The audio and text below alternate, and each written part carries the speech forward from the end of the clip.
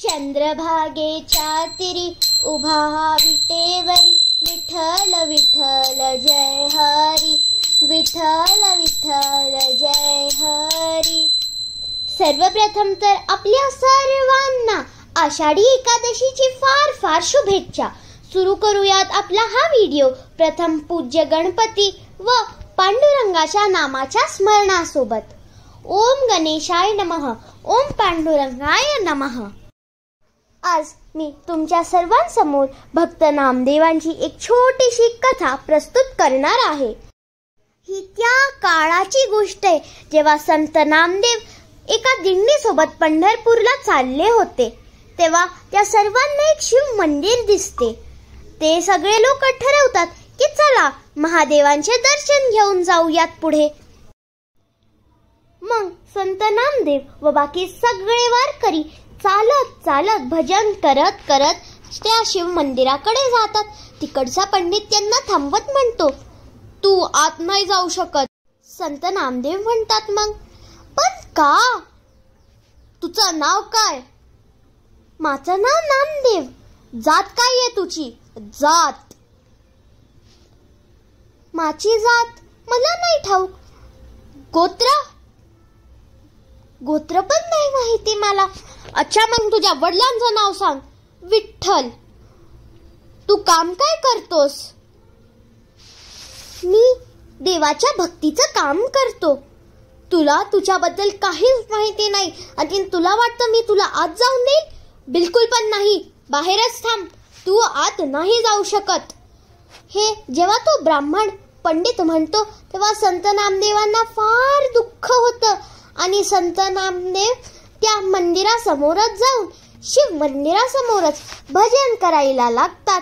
विठ्ठल विठ्ठल जय हरी, चल ग सखे पंढरीला.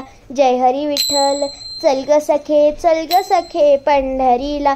जय हरी विठ्ठल, विठ्ठल विठ्ठल जय हरी. मग तो ब्राह्मण येतो आणि बोलतो, अरे तुम्ही अपमान करत आहात. हे शिव मंदिर आहे, विठ्ठलाचं नाही.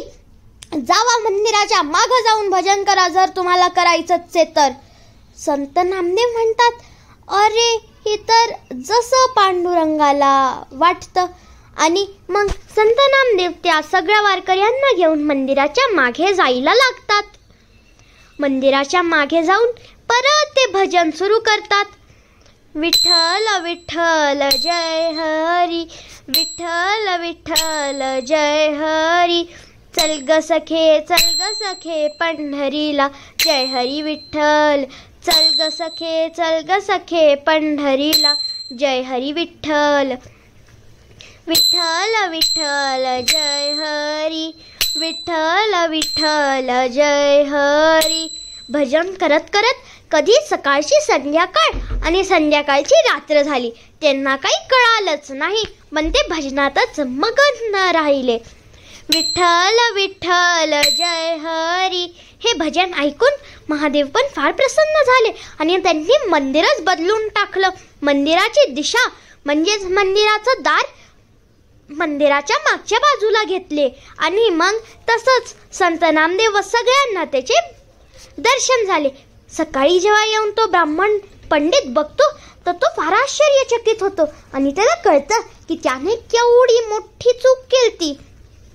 आणि मग तो संत नामदेवांच्या चरणी लागतो आणि बोलतो, हे संत नामदेव मला क्षमा करा. मला ठाऊक नव्हतं की तुम्ही कोण आहात. अशी ही कथा आणि विठ्ठल महात्म्य. जर तुम्हाला माझा हा व्हिडिओ आवडला असेल तर लाईक, शेअर आणि सबस्क्राईब करा. तुम्हाला सर्वांना परत एकदा देवशयनी आषाढी एकादशीची फार फार शुभेच्छा. धन्यवाद.